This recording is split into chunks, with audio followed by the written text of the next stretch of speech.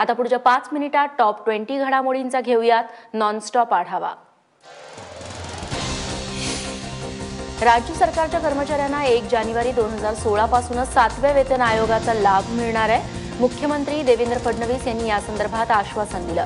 त्यानंतर राज्य कर्मचारी संघटनेनं 12 ते 14 जुलै दरम्यानचा आपला प्रस्तावित संप मागे घेतलाय। दुसरीकडे शेतकऱ्यांचा विरोध डावलून राज्य सरकारनं समृद्धी हायवेसाठीच्या जमिनींचा दर जाहीर केलाय। त्यामुळे शेतकरी विरुद्ध सरकार असा नवा संघर्ष उभा राहण्याची शक्यता आहे। सरकारनं 1 हेक्टर जमिनीसाठी 40 लाख ते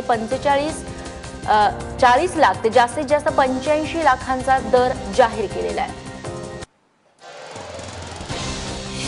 समृद्धी महामार्गासाठी शेतकऱ्यांच्या जमिनींना लाखाचे दर नव्हे तर त्यांची संमती घेतली जावी, त्याशिवाय जमिनी घेऊ देणार नाही असा इशारा स्वाभिमानी शेतकरी संघटनेचे अध्यक्ष खासदार राजू शेट्टी यांनी दिलाय।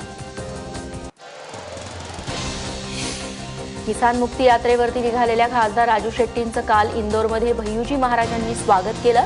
यावेळी शेतकऱ्यांच्या प्रश्नावरती त्यांनी शेट्टींसह शेतकरी नेत्यांसोबत चर्चा केली। पण त्याचवेळी महाराष्ट्र सरकारच्या कर्जमाफीच्या निर्णयाची देखील स्तुती करताना भय्यूजी महाराज दिसले। कर्जमाफीच्या मुद्द्यावरून शिवसेनेत वाकयुद्ध सुरू आहे। याच मुद्द्यावरून शिवसेनेनं सोमवारी राज्यभरात ढोल वाजवून सरकारला जाब विचारण्याचं आंदोलन करणार आहे।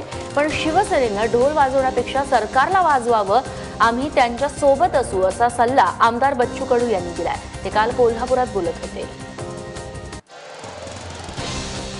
मुंबईतील भांडूपमध्ये एका 15 वर्षीय अल्पवयीन विद्यार्थिनीवरती सामूहिक बलात्काराची घटना घडली आहे। पीडित मुलीच्या वडिलांच्या मित्रासह 4 नराधमांनी 2 दिवस तिच्यावरती अत्याचार केल्याचं समोर आलंय। या प्रकरणी आतापर्यंत 3 पोलिसांनी अटक केली असून 1 आरोपी अजूनही फरार आहे।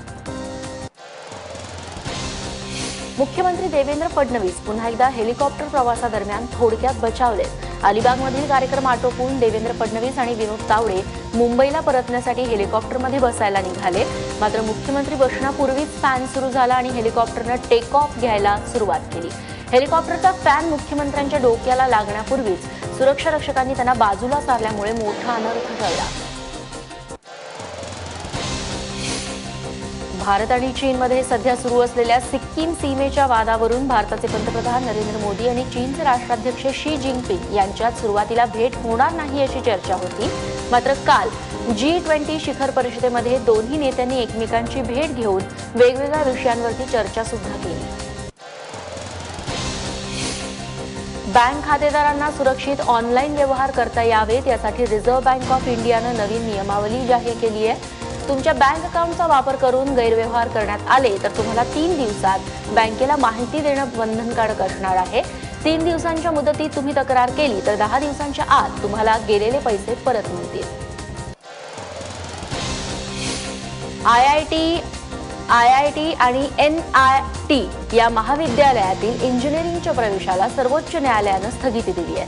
आधी बोनस मार्कांचा प्रश्न निकाली काढा आणि मगच प्रवेश द्या अशा शब्दात सर्वोच्च न्यायालयानं कानउघाडणी केली आहे। 15,000 शेतकऱ्यांच्या नावावरती 328 कोटी रुपयांचं कर्ज उचलणाऱ्या रत्नाकर गुट्टे यांची परभणी पोलिसांनी कसून चौकशी केली। आर्थिक गुन्हे शाखेनं तब्बल 3 तास गुट्टेंवरती प्रश्नांचा भडीमार केला। मात्र पोलीस स्थानकातून बाहेर आल्यानंतर रत्नाकर गुट्टे यांनी आपल्यावरती राजकीय हेतूनं आरोप केले जात असल्याचं म्हटलंय। मीरा भाईंदरचे भाजपा आमदार नरेंद्र मेहतांना 25 लाख देणाऱ्या ठेकेदाराला अटक करण्यात आली आहे। मीरा भाईंदरच्या परिवहन बस सेवेचं कंत्राट राधेश्याम रेमलूदास कथोरिया या ठेकेदाराला मिळालं। हे कंत्राट देताना भ्रष्टाचार झाल्याचा आरोप करत मेहतांनी मुख्यमंत्र्यांकडे तक्रार केली आहे। ही तक्रार मागे घेतली जावी म्हणून संबंधित ठेकेदारांना मेहतांना 25 लाखांची ऑफर दिली होती। उत्सवांचं सुरू असलेलं बाजारीकरण थांबवा, मग आयोजनांवरती कुणीच हरकत घेणार नाही असा सल्ला आणि अशी सूचना मनसे अध्यक्ष राज ठाकरे यांनी दिली आहे। दहीहंडी उत्सव समन्वय समितीच्या कार्यकर्त्यांनी काल राज ठाकरे यांची भेट घेतली। यावेळी राज यांनी समन्वय समितीच्या कार्यकर्त्यांना काही सूचना केल्या। गोंदियात सुरक्षा रक्षकांच्या ठेकेदारानं प्राचार्यांना मारहाण केल्याचा धक्कादायक प्रकार घडलाय। गोंदियाच्या मनोहरभाई पटेल अभियांत्रिकी महाविद्यालयातील प्राचार्य देवेंद्र पांडे यांना बेदम मारहाण करण्यात आली आहे। महाविद्यालयातील सुरक्षा रक्षकांचं थकीत बिल न काढल्यानं ही मारहाण झाली आहे। शिर्डी साई संस्थानच्या 3 दिवसीय गुरुपौर्णिमा उत्सवाला आजपासून सुरुवात होतीये। या उत्सवात विविध कार्यक्रमांचं आयोजन करण्यात आलंय। उत्सवात सहभागी होण्यासाठी देशभरातून लाखो साई भक्त शिर्डीत दाखल झाले। तसंच कालच शेकडो पालख्या देखील साईंच्या शिर्डीत पोहोचल्या आहेत।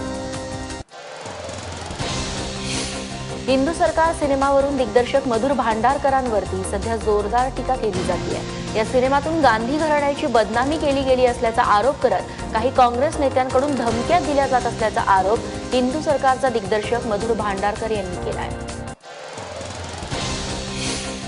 मेलबर्नमध्ये होणाऱ्या इंडियन फिल्म फेस्टिवलसाठी हृदयांतर या सिनेमाची निवड करण्यात आली आहे। 10 ते 22 ऑगस्ट दरम्यान मेलबर्नमध्ये हा फेस्टिवल होणार आहे। या निमित्तानं हृदयांतर सिनेमाला एक जागतिक व्यासपीठ मिळणार आहे।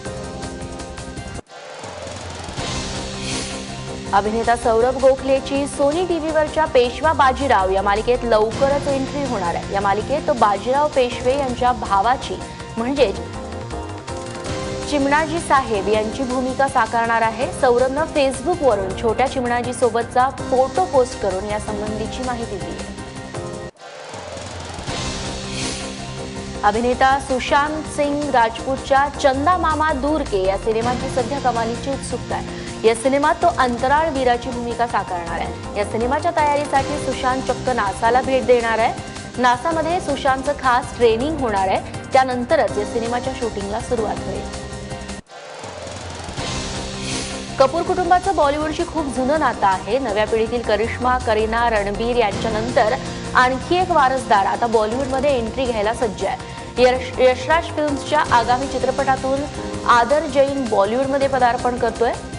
22 वर्षांचा आदर हा राज कपूर यांची कन्या रीमा आणि मनोज जैन यांचा मुलगा आहे।